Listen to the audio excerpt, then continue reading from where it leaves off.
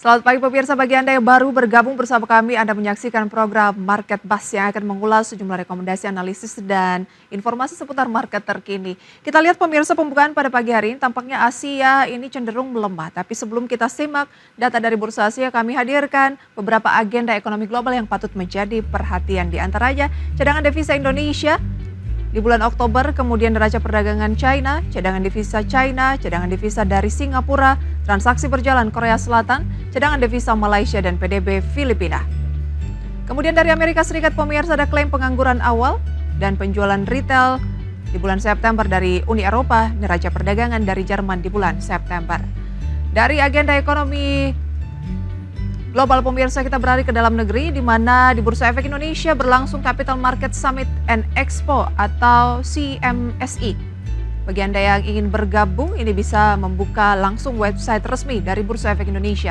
Kemudian dari emiten ada Net TV RUPS, VRNA RUPS, kemudian ada FED UTR RUPS, SMSN KUM Dividen Tunai, TAPG KUM Dividen Tunai, BSSR DPS Dividen Tunai, WINS DPS Dividen Tunai. Demikian juga dengan itu dia rekomendasi mengenai agenda emiten pemirsa yang patut menjadi perhatian Anda, yang mungkin bisa menjadi referensi Anda dalam berinvestasi. Kemudian kita lihat pemirsa seperti apa update dari Bursa Asia. Menanggapi kemenangan dari Donald Trump, Partai Republik di Amerika Serikat, pemirsa, kita lihat cenderung melemah. Nikkei turun 0,71%, serta Singapura naik 1,2%. Kospi turun 0,58%, Hang Seng Hong Kong turun 0,77%.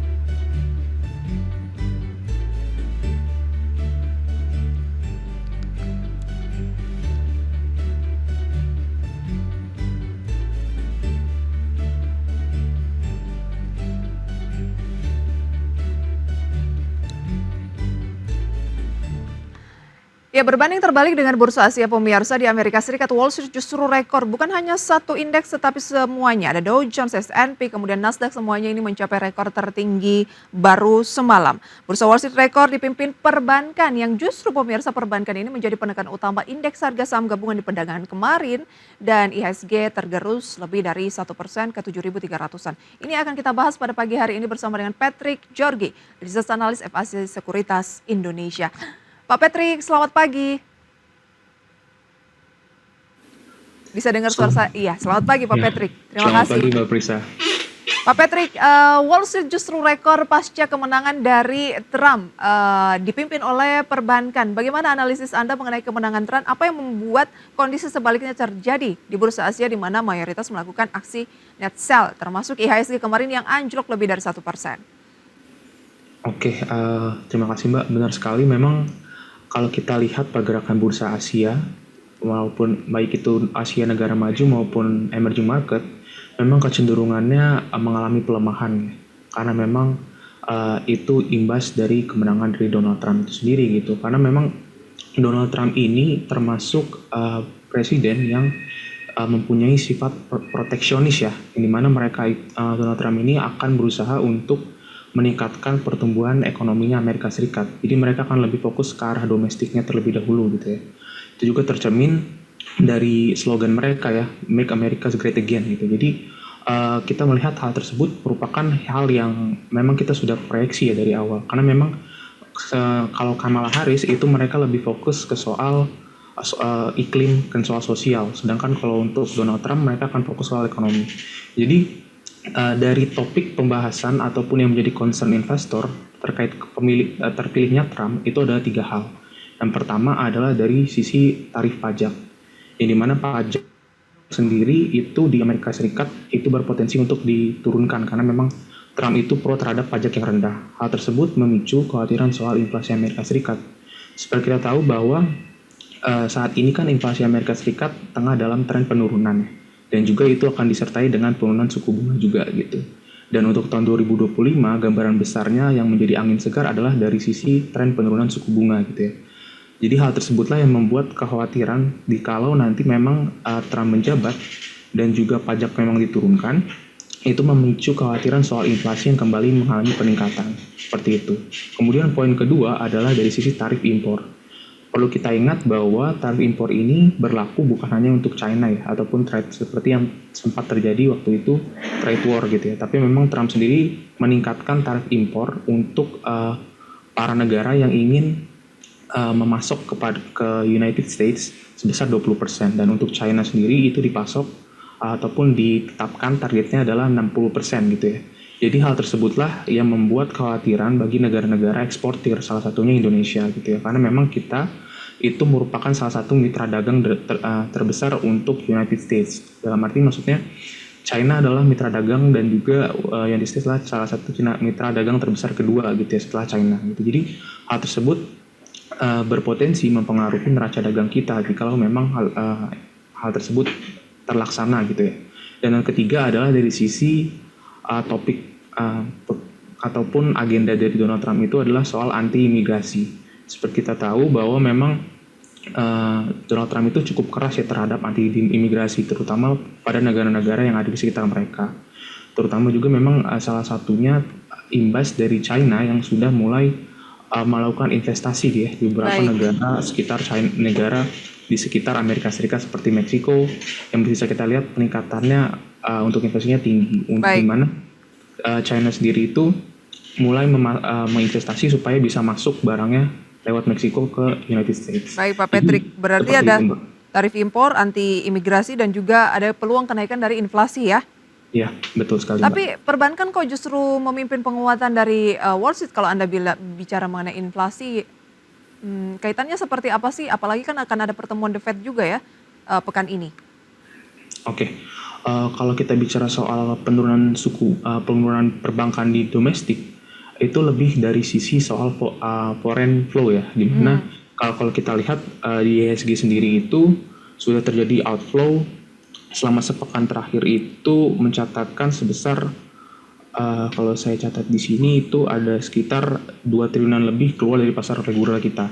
Ditambah juga kalau kita lihat sebulan itu sudah kisaran 4,72 triliun lebih. Dan kalau kita juga lihat dari sisi outflow, dari sisi perbankan kita, foreign flow-nya juga mengalami Kita berbicara Pak Patrick, perbankan Amerika dulu yang memimpin penguatan seiring Wall Street-nya ini rekor. Ada peluang mungkin akan mempengaruhi perbankan domestik? Atau Anda melihat karena bursa Asia pada pagi hari ini rata-rata juga dibuka melemah, mempersempit peluang itu untuk bisa rebound? Kalau kita lihat sih lebih ke arah memang dolar yang sebelumnya keluar dari domestik, keluar dari domestik Amerika Serikat ke negara emerging market, kembali sih ke negara emerging market. Karena memang prospek ekonomi mereka yang di bawah pimpinan Presiden Donald Trump itu diproyeksikan akan jauh lebih masif lagi gitu.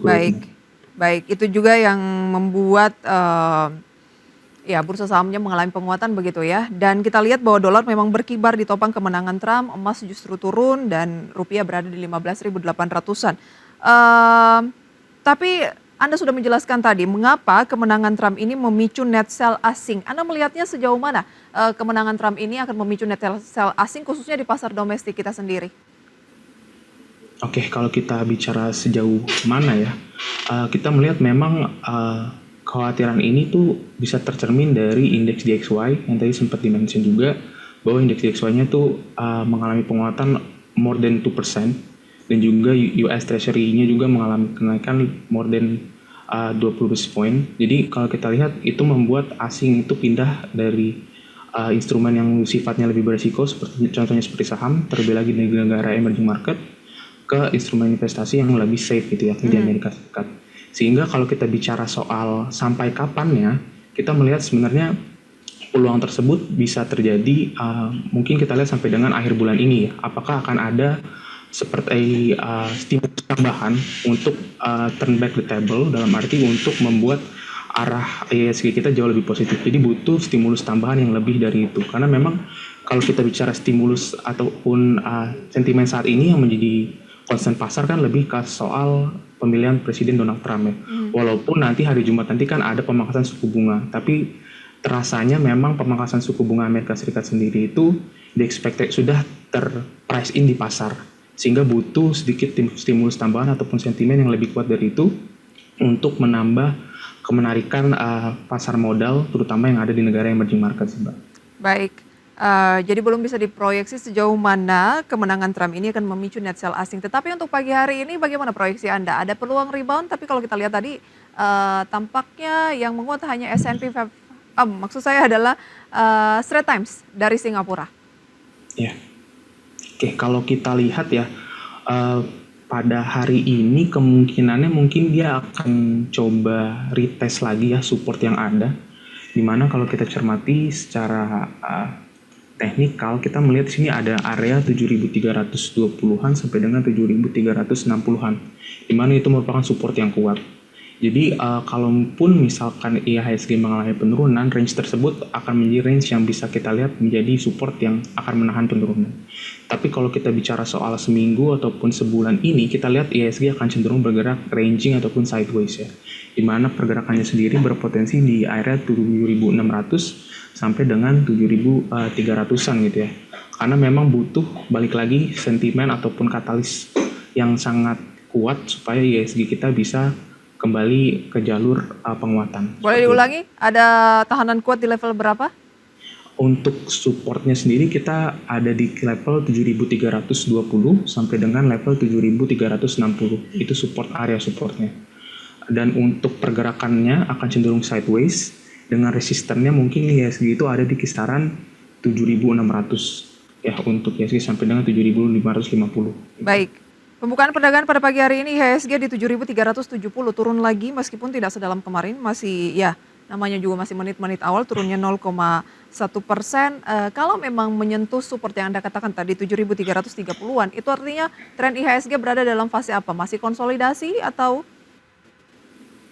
Kalau kita ambil dalam sepekan ataupun dua pekan terakhir memang IHSG cenderung konsolidasi ya, tapi memang perlu kita lihat support ini merupakan support yang terbilang cukup kuat karena sempat terbentuk di tanggal Agustus 2024 ya, bulan Agustus 2024 sebagai resisten gitu. Jadi sebenarnya support ini terbilang cukup kuat walaupun secara sepekan atau sampai 2 pekan IHSG cenderung mengalami konsolidasi.